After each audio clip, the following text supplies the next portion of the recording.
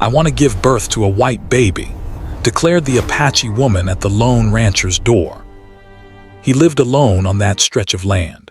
The nearest neighbor was miles away, and visitors were rare. Most evenings passed in silence, broken only by the wind brushing against dry grass or the low sound of cattle settling down for the night. A knock at dusk was unusual. A knock at all felt like a memory from another life. He dried his hands on a towel that had seen better days and walked toward the door. Each step felt heavy, not with fear but with caution. Years of living alone had taught him to expect nothing and prepare for anything. When he opened the door, he did not speak at first. A woman stood there, framed by the fading orange sky. Her dark hair was tied back, loose strands moving with the wind. Dust clung to the hem of her long skirt. Her shoes were worn thin. She looked tired, but her eyes were sharp and steady, like someone who had learned to stand upright even when the world leaned against her. She was Apache. He knew that right away, not because of clothing or appearance alone, but because of the quiet strength in the way she held herself. He had seen it before years ago when he was younger and worked with men who came from nearby lands. She looked at him without hesitation. There was no smile, no fear, no apology for being there. "I need to speak to you," she said. Her voice was calm, but it carried weight. Not loud, not soft, just certain. He stepped aside without thinking and held the door open. The habit of old manners stayed with him even after loneliness had taken most other habits away. She did not come in right away. She looked past him, into the simple room behind, as if measuring the space, deciding whether it was safe enough for what she had come to say. Then she stepped inside. The house smelled of soap, wood, and the dry air that never fully left the desert. A small table stood near the window, a single chair. Another leaned against the wall, rarely used. Nothing on the walls except an old calendar that had not been turned in months. He closed the door gently and waited. For a moment, neither of them spoke. The quiet stretched, thick and uncomfortable, but not hostile. The woman rested her hands together, fingers tight, as if holding something invisible. "I know who you are," she said finally. "You keep this ranch alone. You do not belong to the town. You do not drink at the bar. You do not speak much. And because you are not cruel." It landed like a stone dropped into still water, sending quiet ripples in every direction. He stared at her, certain he had misunderstood. "I'm sorry," he said slowly. "What did you say?" "I want my child to have a life that hurts less than mine," she said, "and less than the lives I have seen." She did not look like someone begging. She looked like someone making a difficult choice. He sat across from her, leaving space between them. The last time a woman had sat in his house was many years ago, before grief had emptied the rooms of voices. "You don't know me," he said. "Why come here?" "Because you live outside the rules that have hurt us, because you do not belong to anyone, and because you will listen." She spoke of doors closed before they were even knocked on. She spoke of being strong because weakness was not allowed. "I love my people," she said, "but love does not protect a child from hunger. Love does not stop the looks. Love does not change how the world decides who matters." Every word settled into him, pressing against memories he had tried to forget. He had seen injustice. He had seen men broken not by what they did wrong, but by where they came from. Still, her request felt like a line he did not know how to cross. "You are asking for something that cannot be undone," he said carefully. "I know," she replied. "That is why I came prepared to hear no." Now those things had followed him anyway, standing quietly in his living room. "You think a child with lighter skin will suffer less," he said, not turning around. "Yes," she answered. "I think the world will give them more time before it decides who they are." "You know that child would still belong to you," he said, "to your history." "Yes," she replied honestly. "Fear and love often stand side by side." She nodded as if she expected that. "I will come back tomorrow," she said, standing, "or the day after. If you tell me no, I will leave and not return. I only hate how the world treats those who look like me." The rancher had not slept well. He lay on his bed through the night, staring at the ceiling, replaying the woman's words again and again. Her voice had been calm, but it carried a weight that pressed on his chest. He had heard many difficult things in his life, but this was different. This was not about money, land, or pride. This was about a future not yet born. When the sun finally rose, he got up and went outside. The air was cool and the ground still held traces of night. He fed the cattle, fixed a loose fence post, and followed his usual routine, hoping the work would steady his thoughts. It did not. Every task felt slower, heavier. His hands moved, but his mind stayed somewhere else. He had lived alone for years. That had been his choice.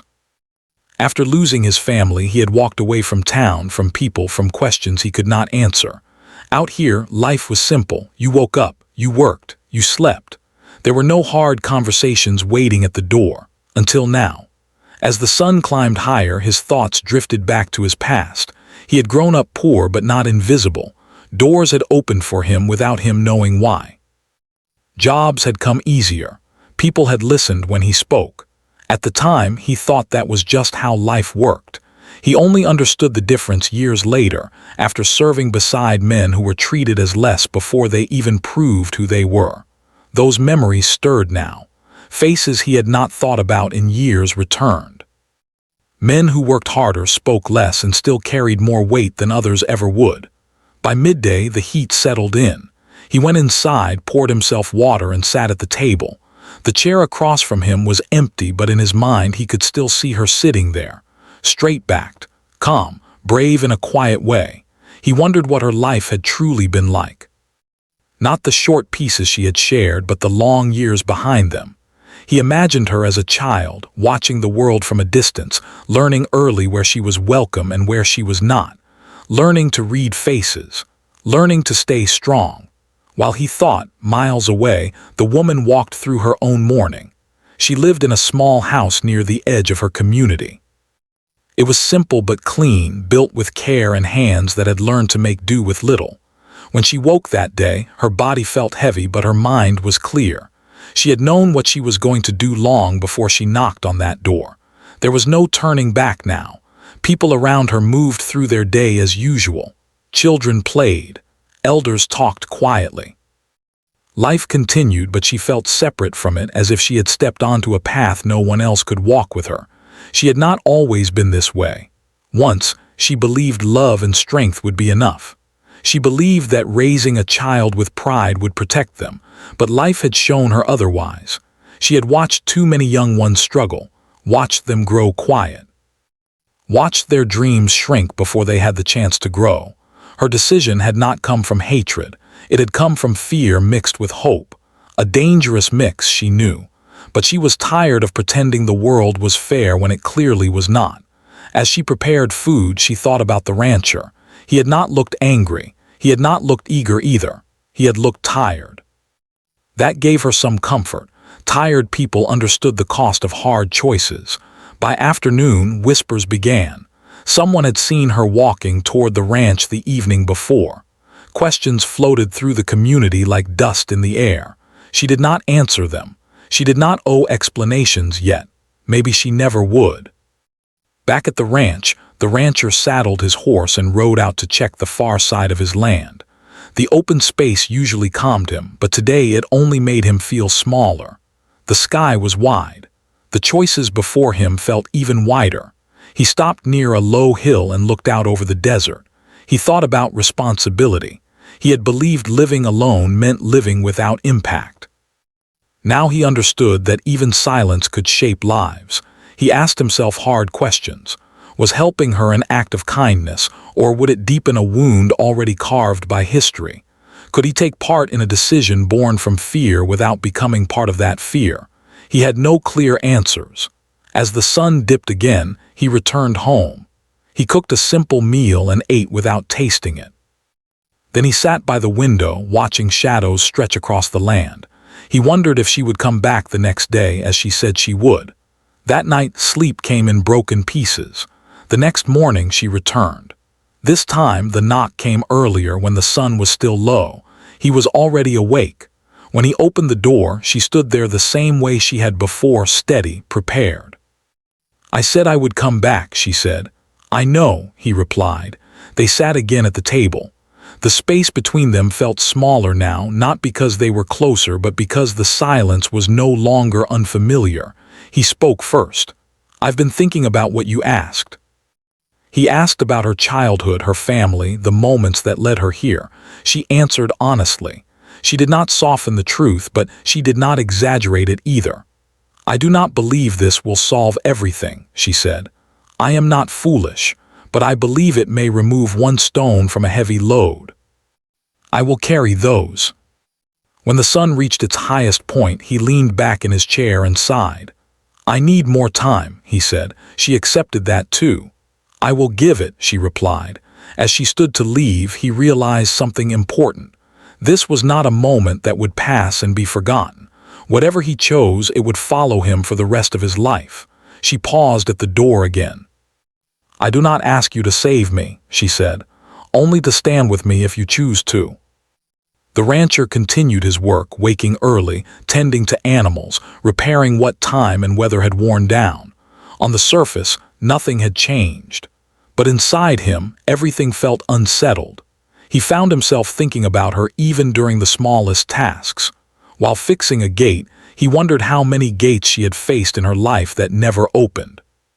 While drawing water from the well, he thought about how she spoke of children carrying weight before they were old enough to understand it. Her words had taken root in him, and no amount of physical labor could pull them out. At night, he sat alone at the table, the lamp casting soft light across the room. He thought about choice. He had believed that walking away from society meant he no longer had to choose sides. But now he saw that refusing to choose was still a choice, one that carried its own consequences. Meanwhile, the woman faced her own trials. The whispers in her community grew louder. People noticed her distance, her silence, the way she seemed to carry something heavy but invisible. Some looked at her with concern, others with suspicion. A few tried to ask questions, but she avoided long conversations.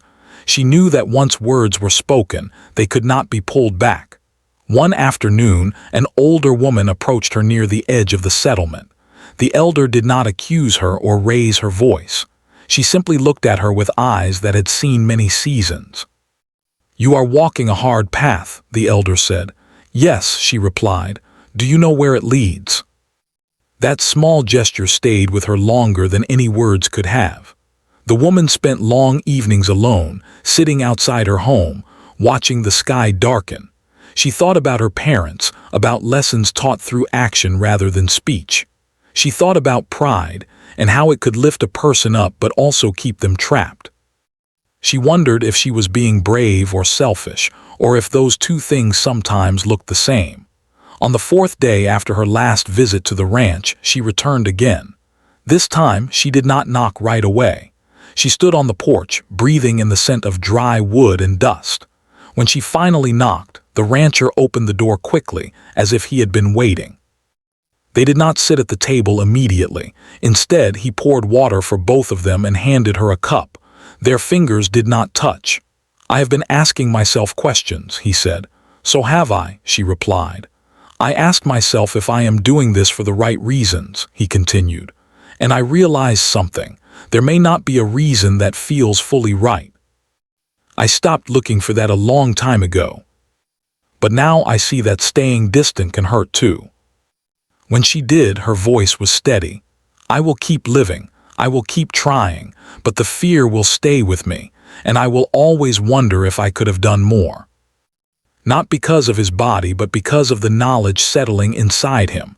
Outside, the wind rose, brushing against the walls like a reminder of forces larger than both of them. "I don't believe this choice will bring peace," he said. "Not to you, not to me." That night after she left, the rancher walked far beyond his usual boundaries. He crossed dry land under a sky full of stars, each one sharp and distant. He thought about the world his parents had raised him to believe in, and the world he had actually lived in. The difference between the two felt like a wound that never healed. He remembered moments when he had been treated with kindness without earning it, times when mistakes were forgiven easily. He had not noticed the pattern then. He saw it clearly now. Before dawn, he returned home. When morning came, he made his decision. The woman arrived just after sunrise. Her steps were slow, careful, as if she already sensed the weight of what was coming. He met her at the door and invited her inside. They did not sit this time. He remained standing, his hands resting on the back of the chair. "I have an answer," he said. She met his gaze, her face calm, but her eyes alert. "I cannot promise you that this will make life fair," he continued. "I cannot promise that pain will be less. And I cannot pretend that this choice is clean or simple. Not with relief, but with seriousness." From that moment, the world seemed to shift, not in dramatic ways, but in quiet ones. The rancher felt the weight of responsibility settle onto his shoulders. The woman felt the pull of consequences already forming around her. They spoke about boundaries, about respect, about the need for honesty moving forward. There was no illusion of closeness, no false comfort, only an agreement shaped by understanding and caution. When she left that day, the land looked the same. The sky was still wide. The cattle still moved slowly across the fields, but something invisible had changed. Word began to spread soon after. People noticed her visits. They talked in low voices, some with anger, some with confusion. The rancher felt the shift too. When he rode into town for supplies, conversations paused. Eyes followed him longer than before. He did not defend himself. He did not explain. He accepted the looks as part of the cost. The woman faced harsher judgment. Some turned away from her. Some spoke sharply. Others watched in silence, unsure what to think. She carried it all quietly, reminding herself why she had chosen this path. As weeks passed, both of them learned that choices made in private rarely stay that way. Every action echoed outward, touching lives they had never meant to affect. Yet neither of them stepped back. Because once a decision is made with open eyes, turning away becomes its own kind of regret. And deep down, both of them knew that the hardest part of the journey had only just begun. Time moved forward, but it did not move gently. It moved the way dry wind moves across open land, touching everything, changing small details that only became clear later. The decision they had made did not explode into drama. Instead, it settled slowly into daily life, bringing quiet consequences that were harder to escape. The woman continued to visit the ranch, but not often and never without care. She chose early mornings or late afternoons, times when few eyes were watching. Even so, people noticed. In small communities, absence speaks as loudly as presence, and her repeated disappearances did not go unseen. At first, the rancher felt the weight of her visits most strongly inside himself. He found his routines changing. He cleaned the house more often. He paid attention to small details he had ignored for years, not because he wanted to impress anyone, but because he felt a new sense of responsibility settling into the space. The house was no longer just his shelter. It had become part of a choice that involved another life. Their conversations were calm and careful. They spoke about practical things, about health, about plans, about the future in a way that avoided fantasy. Neither of them pretended this was simple. There was no comfort in pretending. Sometimes they sat in silence, listening to the sounds of the land. Other times they spoke about the world beyond the ranch. She shared stories from her community, not to defend herself, but to explain the ties she was slowly stretching thinner. He listened, aware that each story carried both love and loss. As weeks passed, the woman began to feel the distance grow around her. Friends she had known for years stopped visiting. Conversations ended quickly when she approached. Some people looked at her with disappointment. Others with anger they did not try to hide. A few tried to speak to her directly, urging her to rethink her path, reminding her of traditions, of pride, of belonging. She listened to them all. She did not argue. She did not explain herself again and again. She had learned that repeating the truth did not make it easier for others to accept. At night, alone in her home, doubt visited her like an unwelcome guest. She wondered if she was losing too much of herself in the hope of protecting someone who did not yet exist. She wondered if the world would judge her choice even more harshly than she had feared. Still, she did not turn back. The rancher felt the shift too. When he went into town, the looks were no longer curious. They were guarded. Some people avoided him. Others treated him with a politeness that felt colder than silence. A man he had known for years refused to meet his eyes. He did not confront anyone. He understood that people feared what they did not understand. He had chosen to live apart from society, and now society had chosen to notice him again, not kindly. One evening, as he repaired a fence near the road, a passing rider slowed and looked at him for a long moment. The rider said nothing, but the message was clear. The rancher was no longer invisible. He returned home that night feeling the weight of isolation deepen. He had thought loneliness was something he understood. Now he realized there were layers to it, and some were heavier than others. As months passed, the woman's body began to change in subtle ways. She moved more carefully. She rested more often. She did not speak openly about it, but the truth became clear without words. The reality of their decision was no longer abstract. With that reality came fear. Not fear of the future itself, but fear of how the future would look back at them. Fear of questions that would one day be asked. Fear of silence where answers should be. The rancher found himself thinking about legacy for the first time in years. He had never planned to leave anything behind except land and memories. Now he wondered what responsibility truly meant. He understood that standing with her did not end with agreement. It required patience, protection, and humility. There were moments when he questioned himself deeply. Late at night, he sat on the porch, staring into the dark, asking whether he had helped her escape pain or simply helped it take a different shape. The woman faced her own storms. An elder from her community visited her one afternoon. The elder did not raise her voice or accuse. She spoke softly, with sadness rather than anger. "You are walking alone now," the elder said. "Yes," the woman replied. "Are you strong enough for that?" "Strength keeps us standing," she said, "but it does not always keep us whole." Others whispered. Children stared, sensing tension they did not understand. She stayed close to home. When she needed quiet, she walked to the edge of the land and watched the horizon. The sky never judged her. It simply existed, wide and indifferent. The rancher began preparing more seriously for what lay ahead. He repaired parts of the house he had ignored for years. He made space where none had been planned. He thought about safety, about stability, about the kind of presence he could offer without pretending to be more than he was. There were nights when he dreamed of his lost family, of voices calling his name. He woke with a tight chest, unsure whether the dreams were warnings or reminders of what he had already survived. Despite everything, there were small moments of quiet connection between them.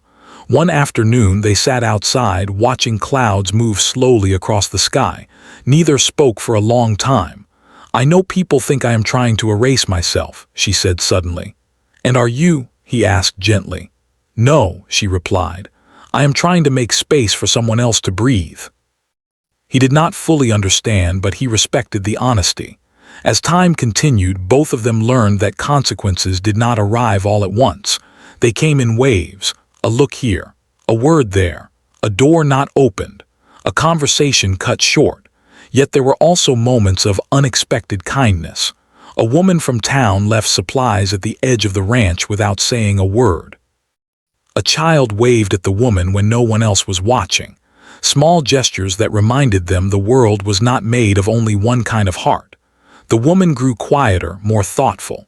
She spent long hours thinking about identity, about belonging, about what could and could not be controlled. She accepted that some questions would never have easy answers. The rancher grew steadier. He stopped questioning the decision every day. Instead, he focused on how to carry it responsibly. He learned that commitment was not loud or dramatic.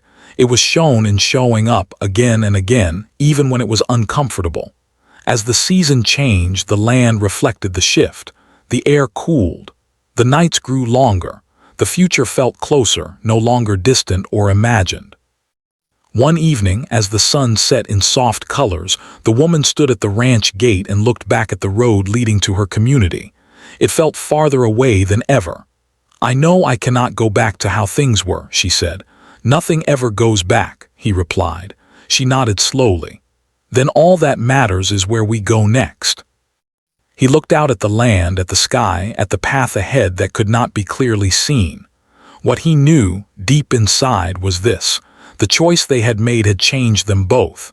Not into better people, not into worse ones, but into people who could no longer look away from the world as it truly was. And as the quiet settled around them, they both understood that the hardest part was still waiting, not in judgment from others, but in the questions that time itself would ask. The last stretch of time moved differently. It did not rush or slow down. It simply moved forward, steady and unavoidable, carrying everything with it. The land changed color as the seasons turned, and with each change, the woman and the rancher felt the future pressing closer. The woman's days became quieter. She stayed close to home most of the time, conserving her strength. Each morning, she woke before the sun and sat near the window, watching light touch the ground little by little. These moments gave her peace. They reminded her that life did not ask permission to continue, it simply did. She thought often about the child she would soon bring into the world, not in terms of how others might see the child, but in terms of what she hoped the child would feel: safety, warmth, the freedom to speak without fear. She knew she could not control everything. No parent could. But she believed she could offer honesty, and that mattered. The rancher became more present than he had ever been in his life. He planned his days carefully, balancing work with readiness. He paid attention to details he once ignored. He checked supplies, fixed small problems before they grew large, and kept the house ready in quiet ways.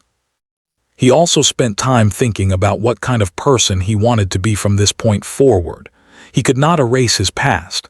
He could not undo the loss that had driven him into isolation. But he could choose how he showed up now.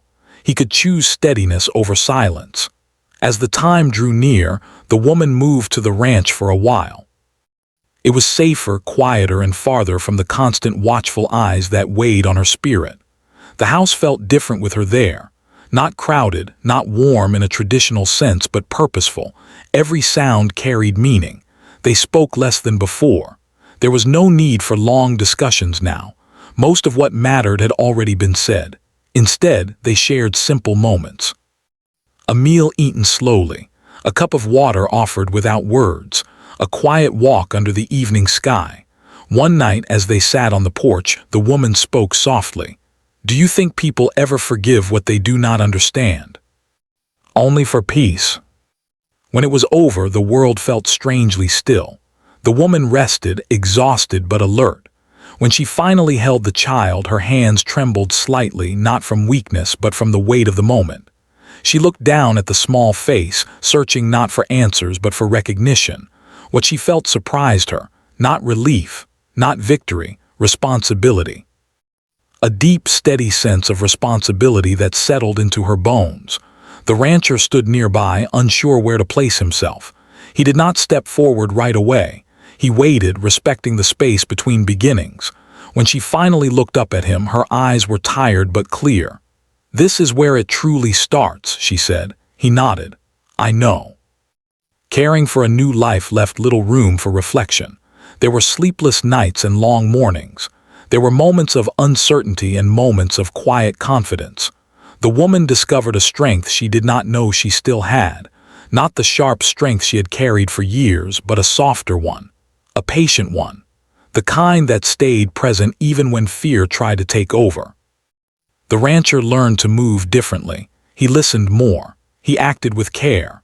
He learned that support was not about control or direction, but about consistency. Word eventually spread, as it always did. Some people reacted with harsh judgment, others with silent curiosity, a few with unexpected kindness. The woman did not seek their approval. She focused on the small life in her arms, on the steady rhythm of each day. Over time, she returned to her community, not to reclaim what was lost, but to stand honestly in who she had become. Some people turned away, others watched from a distance. A few stepped closer. She accepted all of it. The rancher remained at the edge of things, neither hidden nor central. He understood his place now. He did not claim more than he deserved. He did not disappear either. Years passed. The child grew, learning to walk on uneven ground, learning to speak with curiosity rather than fear.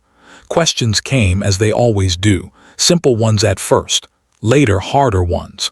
The woman answered them with honesty, not all at once, not with heavy explanations, but with care and truth given at the right time. She did not teach the child to deny any part of who they were. She taught them to understand the world clearly, without illusions, to see kindness and cruelty as parts of the same landscape. The rancher watched from nearby, offering what he could without forcing his presence. He learned that love did not always need a name or a shape that others recognized. One evening, years later, the woman stood at the same gate where she once looked back at the road behind her. This time, she did not feel pulled in two directions. "I don't regret choosing life," she said quietly. The rancher stood beside her. "Do you regret how you chose?" "But I do not regret facing it honestly." Not redemption, not forgiveness, but acceptance. Their lives did not become easy, they became real, and in that reality they found something stronger than fear. They found truth.